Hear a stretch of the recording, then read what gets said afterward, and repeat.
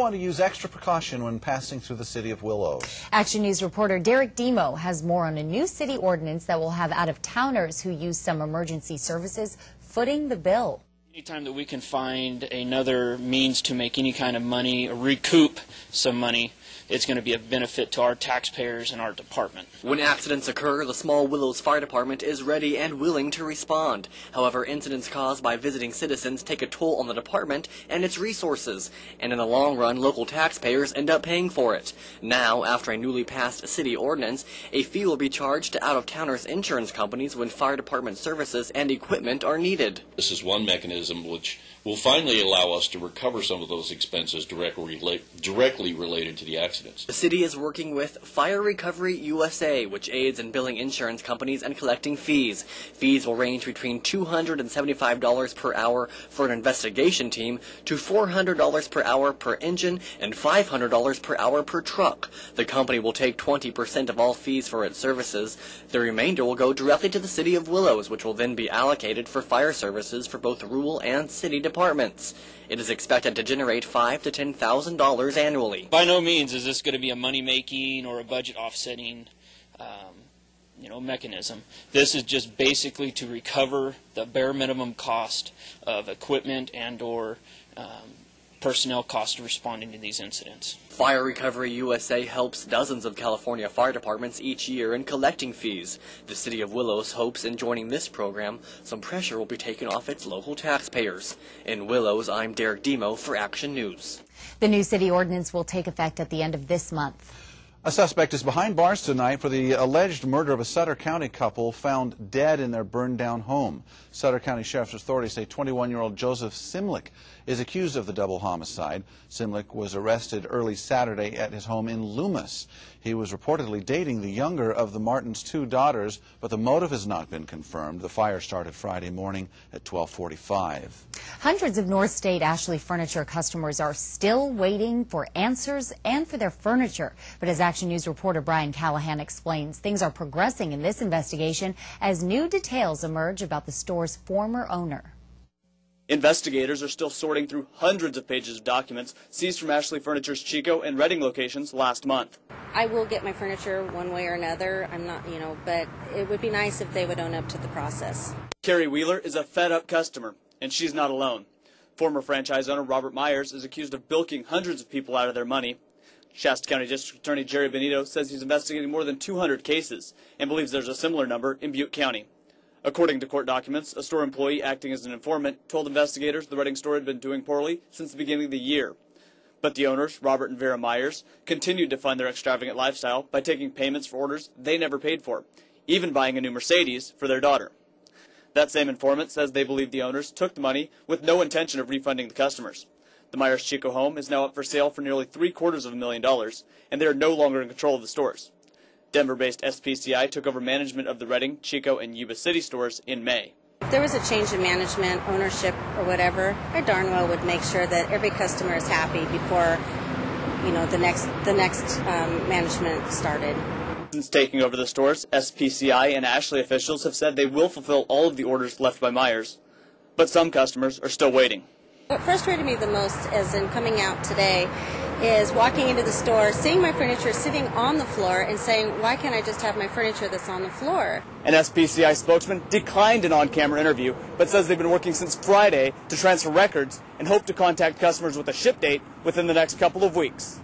I've waited so long at this point. If I can get my furniture, that's good enough for me. In Chico, Brian Callahan, Action News. Action News placed several calls to Ashley Furniture's corporate office, but they have yet to return our calls. If you plan on traveling on Oro-Bangor Highway, expect some delays over the next few months. Construction began today just north of the town of Bangor. Crews will be out repaving the roadway every day from 7 a.m. to 5 p.m. Workers say there will be one-way controlled traffic for 2 miles from Whitehall Ravine to Swedes Flat Road. Public Works officials expect the construction to be completed by September 30th. Sutter County public health officials are offering 2 clinics for children to get vaccinated for whooping cough. Parents must bring their children's yellow immunization cards. The first of 2 clinics will be held tomorrow from 5 to 8 p.m. at the Mahal Plaza Community Room on Franklin Road in Yuba City. The second clinic will be held Thursday from 1 to 5 p.m. at the Hans Miller Building on Miles Avenue in Yuba City as well. For more information, visit SutterCounty.org or call 822-7215. It's been a debate among dieters for years which is more effective over the long term, low carb or low fat. Researchers at Temple University tested the effects of both diets along with a lifestyle modification program.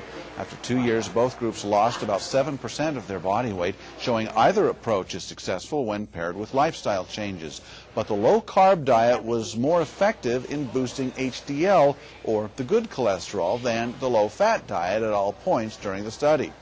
However, previous research has linked low-carb diets to other heart problems. Experts suggest talking to your doctor before beginning a special diet. A group of North State rice farmers have teamed up to help local ag students and those in need. The farmers and Farm and Trade Incorporated together raised $20,000 to buy farm animals sold by 4-H and FFA students at the Colusa Fair. They then donated 850 pounds of beef, lamb, and pork from those animals to the Chico Jesus Center. It comes during lean times at the center, which will serve its 1 millionth meal this month. But we always need fresh stuff. Meat, eggs, 60 dozen a week, 6 gallons of milk every day. And so this has really been a blessing to us, and we're really appreciative. It's a circle. I mean, every day we can do good things. We can show people kindness, and then instead of being negative in this type of economy, you can be encouraging and be positive towards people. And there's always ways to give.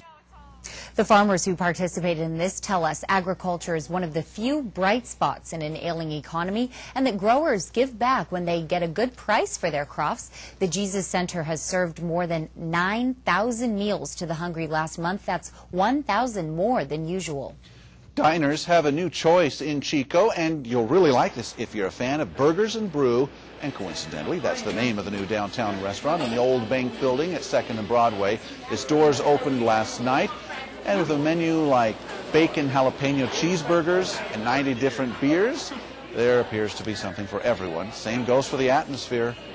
The way the place is set up is welcoming to anybody. Someone who's wearing a tie can come in and enjoy themselves. Someone who's wearing shorts can come in and enjoy themselves. So it's a pleasant environment. It's a good environment.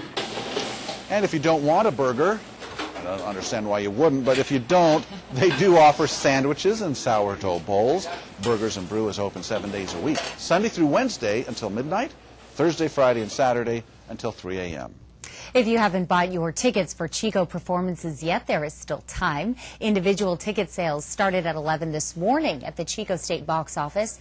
Some of the most anticipated acts this year include Steve Martin and the Steep Canyon Rangers, NBC's Last Comic Standing, and Monty Python's Spam-A-Lot.